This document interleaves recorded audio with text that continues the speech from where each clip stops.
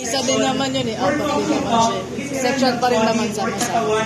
Pero madali lang ma-set kasi pag matagal yung matagal. As you notice, it's actually made of stainless, pero some of Imorflex brand ay made of plastic material na.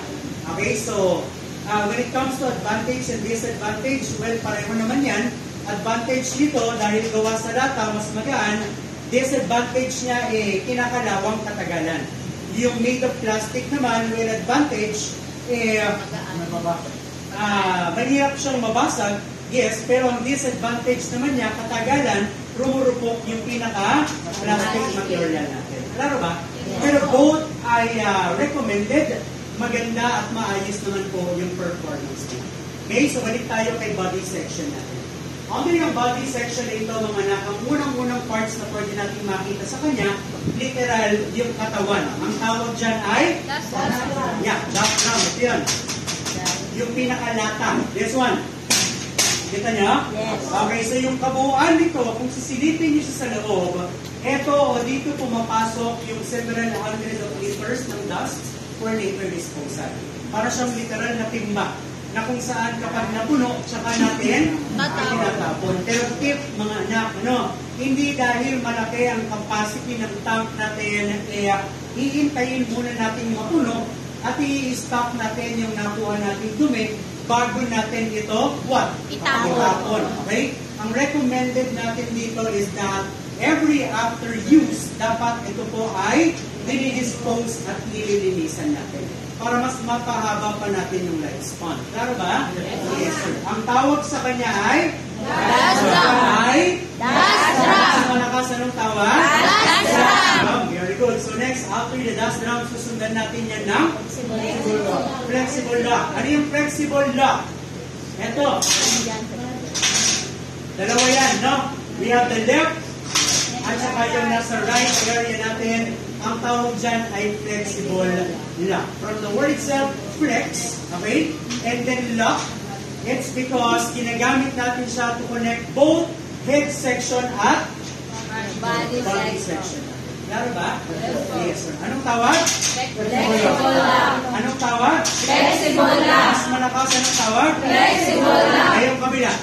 Flexible lock. Flexible lock pa rin. Isa lang ang tawag natin siya. Ano? Next, pagkatapos ng flexible lock natin, susundan natin yan ng suction port. Very good. Ang suction port natin, mga anak, ay nandyan sa manual ninyo. Tanggalin niyo po yung word na release button. Okay? Release button, papalitan natin ito into suction port. Okay na? Nas-dash na? Okay, so anong purpose ng suction port natin? Okay? So ito yung kabaligtaran ng tinatawag nating blower port natin. Kung si blower ay naglalabas ng hangin this time, ito naman ay humihigop o papasok naman yung pinakahangin. Dito dumadaan yung mga dumi na nakokolekta ng pinaka-dust drum natin. Klaro ba? Okay, anong tawag sa butas?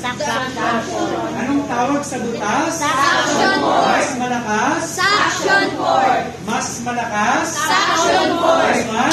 Flexible lock. Ha? Flexible lock. Yung lata?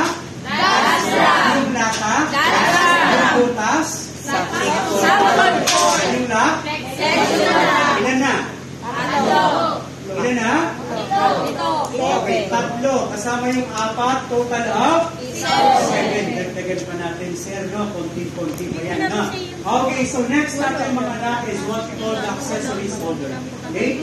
Pag sinabi natin accessories holder, sabi natin it provides space where it holds the tools and accessories of a vacuum cleaner. Meron tayong apat na iba't ibang accessories. Therefore, meron din tayong apat na iba't ibang accessory holder. Ano yon? At asaan siya matatagpuan? Ito po, we have 1, 2, 3, and 4. Nakuha niyo? Okay, dito natin isinasabit o ipinapatong lahat ng apat na iba't ibang mga accessories na meron tayo kagaya nito. Nakuha? Yung dalawang natira, dito naman po sa take camera. So again, ang tawag natin sa kanya ay Accessory holder. accessory holder. Yan ang accessory solder natin? 4. Ilan ang flexible lock natin? 2. Ilan ang butas? Isa lang. Anong tawag? This one? This one? Yung kabila? Flexible This lock. one? Accessory Yung solder. kabila? Accessory Sila ulit? Isa pang kabila? Accessory. Ilang accessory solder? Dagdagan pa po natin ito na. Next natin is what we call the caster foot with storage. Hindi pwedeng caster lang. Hindi pwedeng foot lang. Hindi pwedeng storage lang. Again, we have to be specific. Okay? Ang tawag sa kanya ay okay, very good. Caster foot with storage natin mga anak. Ito siya literal. Kita niyo to? Yes. Yung walang gulong. This one. Okay? Wala siyang gulong. Ito yung gulong.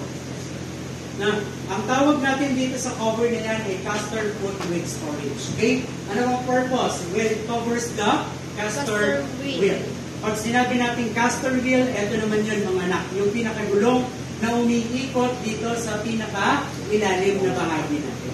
Okay? So, isa pa sa mga purpose ng caster foot with storage natin kaya para ma-prevent natin yung any damage or blockages na pwedeng humarang, sumabit o pumulupot sa pinakagulong natin. The reason kung bakit meron siyang cover. Anong tawag? Caster foot with storage. Isa pa nga? Pwedeng mas malakas. Isa pa nga? Yung gulong? Yung gulong? Yung cover? Storage. Bakit nawawala? Ulit, yung gulong? Yung cover? Yes, one. Oh, ito. Flexible. Ito. Yes, one. Accessory solder. Ilan na? 5. 4. Ilan na? Anim na. Anim na. Lima. Ulit. 1, 2, 3, 4, over 5. Gulong? Pang-anim. Ilan na po lahat? 6. Kasama yung nauna. Ilan na? 10. 10. Tama ba? Anong tawag sa kabuuan?